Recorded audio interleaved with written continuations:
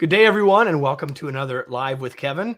Not on our normal day, but that's okay because I'm here and you're here and our guest will soon be here. And I'm so glad to have you. So while we're getting started in this live environment, if you're whatever social platform you're on, if you want to use your comment area and say hello and tell us where you're from, that would be fantastic. Give all of us a sense of who the community is that have gathered together to listen to this conversation. And while you're here, I want you to imagine that you're joining my guest and I, who I'll introduce in a second, for a cup of coffee or whatever beverage you'd be drinking at whatever time of day or night it is for you in this global world we live in. And so just imagine that you're joining us. And so if you've got questions, ask them. If you've got ideas that you want to posit, share them. If you do that, you'll have a better time and we'll have a better podcast episode too. And so speaking of the podcast, if you don't know, this will be on the Remarkable Leadership podcast in about a month. And so what I'm going to do now is I'm going to do a countdown, which is where we'll start that recording. Okay. So I'm going to do a countdown and then we'll start the official podcast episode. And I am so glad that you're here with me live. And I will get started in 3, 2, 1. Change is all around us. As leaders, we are forced to deal with changes thrust on us, but we are also charged with creating change. It is the latter that we're focused on today, creating change, more specifically, creating meaningful change.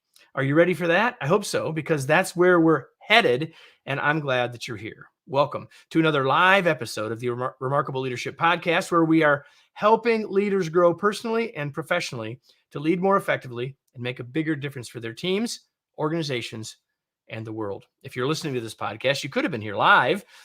So if you want to know more about how to do that, so you can get those future episodes and be with us and contribute as a live participant, you can learn more by going to our Facebook or LinkedIn groups. Just go to remarkablepodcast.com/Facebook or remarkablepodcast.com/LinkedIn. Today's episode is brought to you by Remarkable Development Sessions. A Remarkable Development Session is a webinar for a new world. We know that we learn in interaction with others, but in a fractured and increasingly virtual world, the workshop experience has been shifted to a focus on simply delivering the content, leaving the application to you as an individual. And so even if you love learning from webinars, you've likely thought that there's got to be a better way, a way to make a webinar better than it already is. And if you've thought that, I hope that you'll join us for a future one of these sessions. You can learn more by going to kevinikenberry.com/remarkable development to learn more and to register for an upcoming session, a valuable skill. And with that, it's time for me to bring in our guest. Mike Morrison is here. You can see him. I see some of you commenting. I'll get back to those in a second, but let me introduce you to our guest first. His name is Mike Morrison. He is the founder of University of Toyota, and his consulting and coaching work has taken him around the globe in service of helping a range of leading enterprises. He's also served as a senior scientist for the Gallup organization. He's the author of Leading Through Meaning, a philosophical inquiry, The Other Side of the Card, and This Is Not Working. He's also the co-author of his newest book, Creating Meaningful Change, which we're going to talk about today. He resides in Los Angeles with his wife, Carrie, and their 3 cats. Their children, Zach and Mackenzie, live in New York and LA, and he is our guest today. Mike, welcome. Thanks for being here. Thanks, Kevin. Great to be here with everyone. And so let's see, we've got, it's noon in San Francisco and it's 1 p.m. in Phoenix. And so I'm saying good day, or I may have said good afternoon when I shouldn't have. So we got people from all over. And people are now saying it's noon. Thank you, Dwayne, for giving us the time in Seattle. At least I didn't ask people for the weather, Mike. So let's start here. And you didn't wake up when you were 12 and say, I'm going to be the founder of University of Toyota. You didn't think about writing about change and helping organizations around the world. So sort of what led you to this work, if you will? Wow, that's a great question. I was real lucky to get on with Toyota in those early years when it just was starting to make a footprint in the U.S. And I got my dream job while I was there, to be the dean and founder of the University of Toyota. It was during that time in the late 90s when organizations wanted to play more offense with learning, lots of training going on, but not all of it really sticking. And the need for leadership became even more important. So it was fun. It was fun to be for a decade to launch and lead, those learning efforts for a wonderful organization. So this new book, the latest book, and I'm afraid I might sneeze here. Excuse me. Bless you. So this new book, Creating Meaningful Change. Tell us what the big idea of the book is. This notion that change is inevitable, but meaningful change isn't, and it's trying to create simple ideas and simple frameworks for how would we bring more meaning to our work. It's what people essentially want. So how do we do that in simple ways? So we've created some simple frameworks. All these have been bench tested with real organizations over the last 10 years. So the idea was to write a simple 100-page book that inspires and helps people think about change, whether it's something that would have been transactional, like a cost-cutting effort, to some new direction in an organization. How do we kind of get people excited about what the potential is? And again, using very simple frameworks that we can kind of keep in our head. And we're going to talk about some of those as we go, of course. Mike, it's interesting. The title of the book is Creating Meaningful Change. That also is your definition of leadership. And so I'd like you to talk about that a little bit more, because I think it's an interesting definition, and I think it'll be instructive for you to unpack that for us just a little bit. Yeah, if you think about it, as many people as there are in the room, there'll be different leadership definitions. And so all of them probably make sense in some way and reflect someone's experience. But I wanted to create about 10 years ago, a simple definition. It's actually it was on the wall at the University of Toyota, but get it down to 3 words, 3 simple words we can remember. So if you think about it, managing is making things work well, looking behind us, making sure people are prepared. But creating meaningful change, right, is this notion of not just ordering it or commanding it, but really facilitating, creating it, something meaningful, right, purposeful, makes sense, and then change. And that's the real work of leaders. So that's been our simple definition, our mantra for leadership, that hopefully helps people kind of have be able to connect with it right away and think about their leadership roles in that sense. Perfect. So we all think about change a lot. It's one of the 3 words, but that word in the middle, I think we ought to spend a little time on that. So Sure. The word meaning, you spend some time in the book talking about it. I think it's important. I have been saying that as leaders, we must become meaning makers. Right. And so I'm curious, from your perspective, what do you mean when you use that word? You very intentionally use the word meaning. What does meaning mean? Yeah, it kind of goes back to our simple change formula. If you think of 3 words, right? Three elements to it: wayfinding, finding our way; sense making, making sense out of things; and then self-developing along the way. And if you think about all of our ancestors, it's the most prevalent elements of our lives, right? People wanted to, find ways. So they got on ships, they started exploring, and then they had to make sense out of these adventures, right?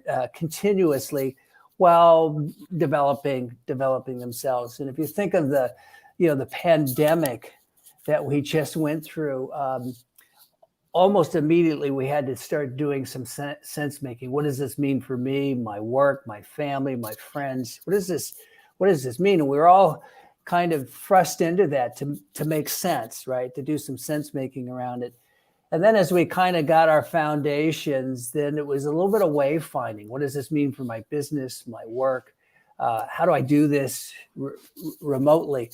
So most people really develop new skills, new mindsets, new attitudes to work toward, their personal life during that process, because it wasn't a month, it wasn't a storm we had to weather. It was a change in the weather pattern. Things have changed significantly, as a result.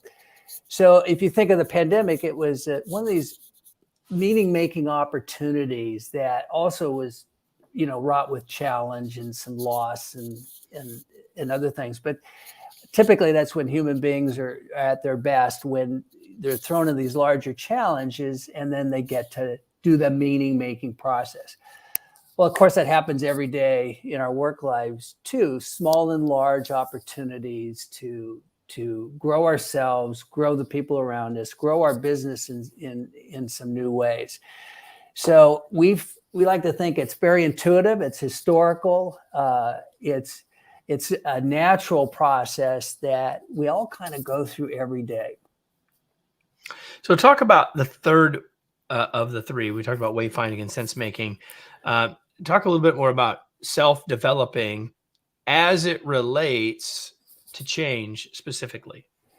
Yeah, it kind of goes back to the whole notion, be the change you seek. Be the change you seek. If you want your organization to be more customer focused, then you have to model that. You have to be that.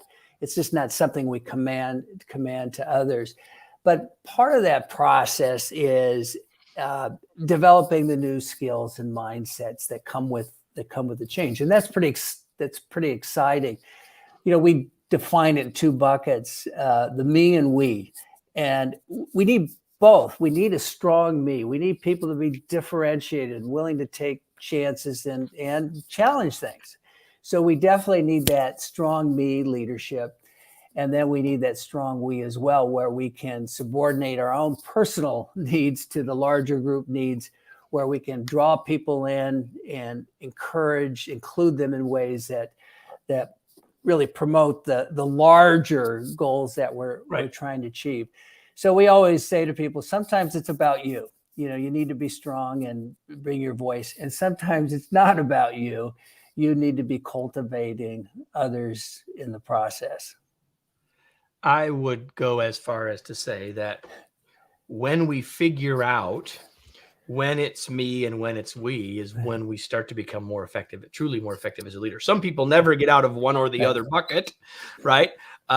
Many people recognize that they need to do both, but having the wisdom and the awareness to know when we should be where our focus should be is, I think, part of the maturation process as a leader. Comments? You're sort of nodding with me. Comments? Yeah, no, I absolutely agree. And it's one of those great tensions, because almost sometimes on the spot in a meeting, we're trying to figure out, is this about me right now, where I need to kind of take charge and make a statement? Or is this about we? Is this more about process, bringing in some new voices and making it bigger than me? So it's that tension is always there, and great leaders, right? Effective leaders know how to kind of in the moment make those kind of navigations. I love that. And I love that idea of tension. I talk about it a lot, about thinking about the rubber band almost, right? Yeah. So we're talking, by the way, everyone, if you've just joined us, with Mike Morrison, the co-author of the wonderful new book, Creating Meaningful Change. And you won't have to listen long to realize that this is a short book you need a copy of. And so one of the things that I can't say that I highlighted it, because I did read this digitally in a PDF, as it turns out. But one of the things that caught my eye, and that is something I completely agree with, and I want you to just comment on it. You said that nothing changes until we do. So say more about that. Yeah, it kind of goes to that third bucket of the self-discovery, self-developing. Most of the change where we're asking others to change, it's really facilitated by the change they see in us. That's often a question people start to try to figure out when change comes in their organization. Is this, the flavor of the month? Is this something that someone's trying out, or do they really believe in it? So, below the surface of this initial, behaviors and announcements, we're all pretty good at trying to figure out that in our dog sense, right? Is this a real deal? Is this something I can get behind? And we need to do that with ourselves. We need to often challenge ourselves to take some of those first steps. It's part of that me process, but take some of those first steps to start really being that change we seek. All of us have extensive to-do lists, right? But I always encourage people to have a to-be list and have one thing on it at a time. Don't do the crazy to-do list thing we do where we have hundreds of things we're chasing, and it's part of our contemporary lives.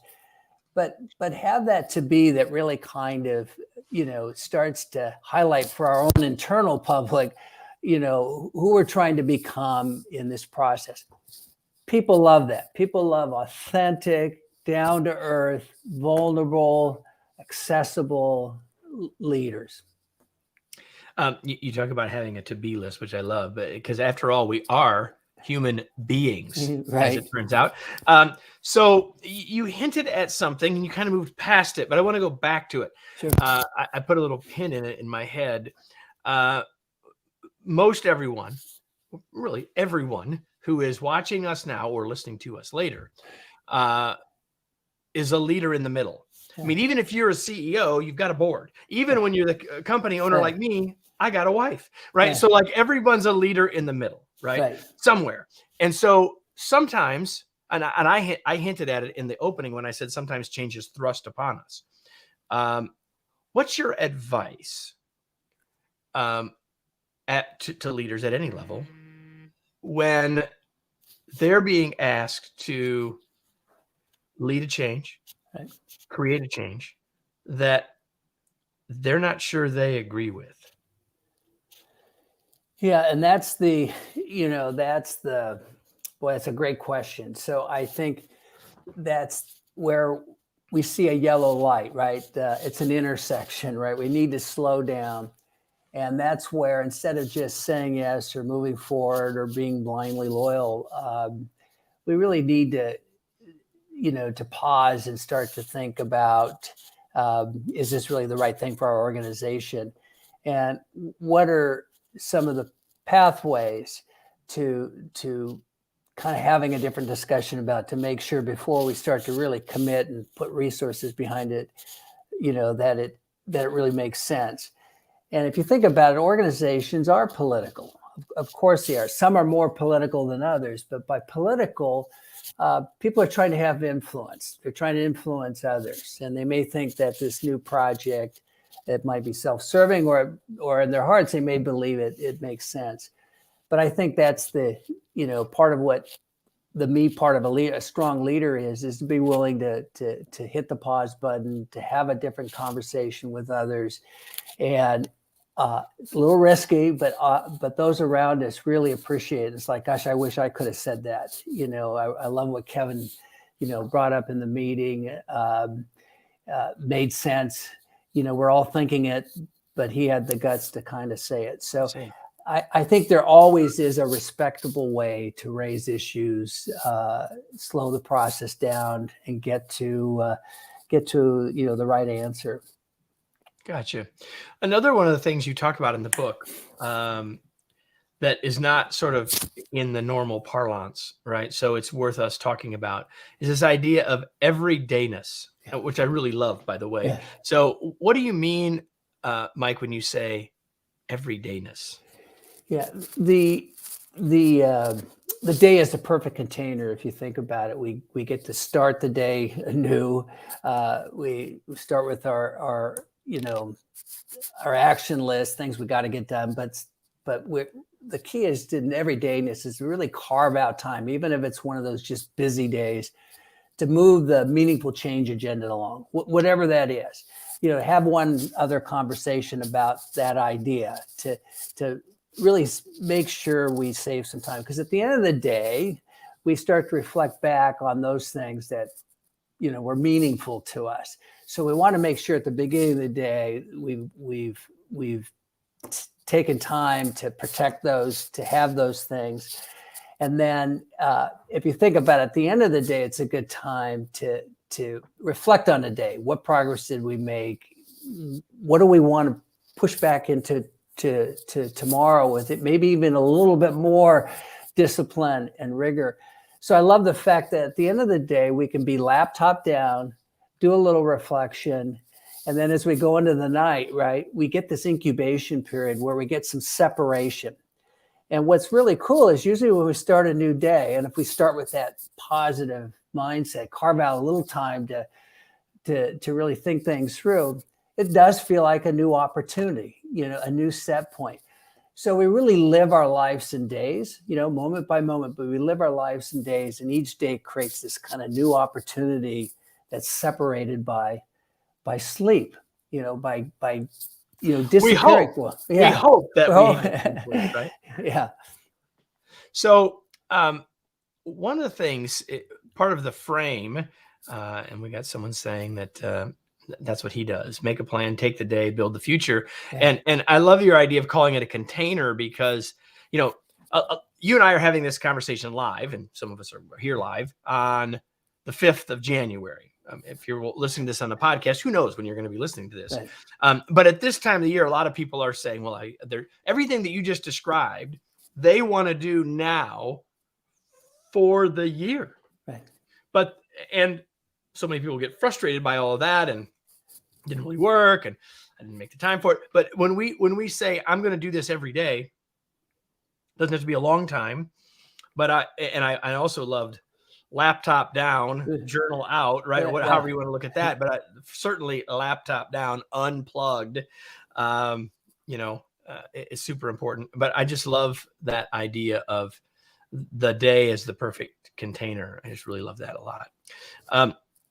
I've got one more sort of big idea from the book, and then one really big question before we start to round the corner and head toward home. Okay. And the question from the book relates to what you call the from to journey. Right. And I love this framework. So talk about what that means and how we can use that as leaders as it relates to creating meaningful change. Yeah, I love it too. Talk about creating attention. Senge talk about it in his systems work, but it's the rubber band and between the two hands, and it creates attention. And you have two options. You can either move the bottom hand, the current state, toward the vision, or you can reduce the vision. But something's got to move. I love that simple notion, but the from to journey is really the scientific method. It says, let's get real clear and honest about our current state. And the reason we want to do that is we want to, really promote change this time. And even with our own personal change, sometimes it takes just getting really tired of our own stuff to motivate us to take some movement. Often we have these ideas and aspirations, but sometimes we just have to get tired of our own stuff, but be real clear organizationally, personally, what our current state is. And that should be motivating, right? There's some good things going on, but we've got to move we've got to move. And so the future state obviously is that compelling picture of what we want to achieve. Think of the puzzle box you opened up over the holidays for the family. Everybody knows the mission. You put the thing together, and everyone loves being part of it. But if you lose the cover, if you lose the box, no one wants to do it because they don't have a vision, a picture of what we're all trying to achieve. We can be busy, and often that's what's missing in our own work. We feel like we're busy, we're doing stuff that seems to make sense, but without that picture of the puzzle, our efforts can wane. So we really get key about really defining significantly and with clarity where we're going. And then the betweenness, right? Being between things, being between jobs, relationships, apartments, whatever it is, it can be unsettling, but it's also usually where we have our most growth. That subliminal or that liminal place, that betweenness that can create a little bit of disruption. But the scientific method says, take it a step at a time. Don't rush through the steps. Learn your way there. Have some milestones. Have some next steps that you want to be clear about. But the idea in this from to, it's a journey. It's like the Campbell's hero's journey. We cross into the unknown. We take that step across the threshold, and it's like, yikes. I've quit my job, or I've done this, or I've made this public commitment to this change. I don't know exactly how I'm going to get there, but I'm committed. So the from to is probably one of the most simple frameworks, but you got to get both elements right. Clear about the current state, clear about a compelling future state, and then the willingness to learn your way there. I want to highlight what you just said about being clear about the future state, because sometimes in organizations we're not. We're defending what we think it ought to be. Going back to process improvement, you and I both have been here, where people are saying, "Well, here's how we do it." No, that's how we have it written down, but that's not how we're doing it, right? And so, getting really clear about what the future state is, and for people who feel no discomfort with the current state, for them to realize, well, it might be fine, but it's certainly not perfect, right? And so I think that is so. The from, I mean, we think about the to, but we don't always think about the from enough, in my experience. So that's one of the reasons I love that so much. So now the big question is where you earn the big dollars that you make by being a guest on this podcast, Mike. Which, y'all, it's nothing. Okay, so here's the thing. Organizations are always changing. They're always trying to create change. And oftentimes organizations are trying to create really big change, large scale organizational change. And we're not very good at it. Why do we mess it up so much? Well, great question. And we talk a little bit about in the book, it's the 70% is the figure that gets thrown out a lot. It actually is not well documented, but most of us would agree with it. That anywhere between 70 and 90% of most change efforts don't meet, don't meet their expectations. And a lot of it goes back to the from to, really framing for everyone this process and the willingness to do the sense making as you go. When we think about creating meaning, there's two parts of it. One is being purposeful, that we're in a hospital and we want to be more patient focused. Whatever that change is, it's being willing to take those incremental steps along the way and involving others in that process. Often, it's some of the things we've already talked about. We don't build that burning platform. We don't create the clear and compelling, and then really involve people. It's everydayness for everybody. It's taking the incremental steps every day where it feels like, we're knocking down that thing. It's like the sculptor, right? He sees an angel in that slab, and he keeps removing all the little pieces until that angel becomes free. So it's willingness to stay at it, to do it every day. It shouldn't be something like, in 2 weeks, we're going to make more progress on that. No, it's got to be an everydayness. This is the change we're seeking. Little steps, little victories. But at the end of the day, to be able to say, today was a good day. We made some progress. Are we there? No. But we feel like collectively we're working toward this as a group. Perfect. So I'm going to shift gears before we finish and ask you this, Mike. What do you do for fun? Well, I'm a avid tennis player. I've been playing my whole life, and tennis is complex enough as a sport that you can't think about anything else while you're playing. I'm a runner too, but when I run, I just kind of rehash all my problems. But tennis is complex enough that I'm just, I can be in the game. So I love that. Perfect. And the only question I told you I was going to ask is this one. And I have found that, throughout my life, Mike, I've made it a habit when I meet smart people or people that I admire, I want to ask them what they're reading or what they've read. And so when I started this podcast 300 and some episodes ago, I decided to ask people this question. What are you reading? Or what's something you read recently, Mike? Yeah, something I just started is this book. It's just called Sapiens. It's kind of who we are, kind of a brief history of humankind. And I've always, I mean, I just returned from a trip to Eastern Europe, and it's fascinating to talk to people about just their experience growing up in a communist rule. First, the Nazi wartime efforts, but how they adapted and how they, their view of the world and how they survived it. But I find all those stories fascinating. This book goes even farther back, but it kind of helps to frame, why we're so anxious, why we are who we are. So talk about big picture. Also makes you feel a little insignificant, in terms of the time and size of the world and all that. Puts our little problems into perspective for sure. If I had far more memory than I do, I could tell you who else who is sat in your seat in this podcast has mentioned that book, but I'll try to find it. I think it's at least one other person, everybody, maybe a couple. I'll see if I can find that, and we'll make note of that in the show notes on the podcast, because it's not the first time that book has been mentioned here. So Mike, now the question you've been wanting me to ask, all right, where can we learn more? Where do we get the book? Where do you want to point us? What do you want to tell us? Yeah. Shamelessly promoting, but, both my co-author and I, we're not doing this to sell books. We're really doing this to promote ideas. It's been part of our own lifetime journeys, but you can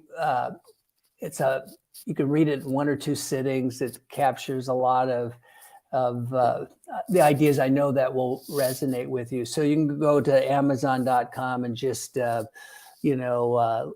search on Creating Meaningful Change, Mike Morrison, or we have a website with other resources called meaningfulchangebook.com. So, and if you link with me on LinkedIn, I'd always be happy to email with you or share ideas. I'd love to have some of your listeners be in my network, my community, and I'm always willing to be a resource, a networking resource to others.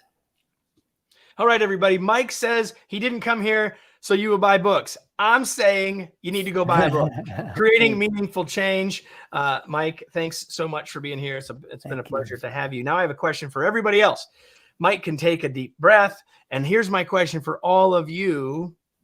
It's the most important question of the day. Now what? What are you going to do with what you just learned?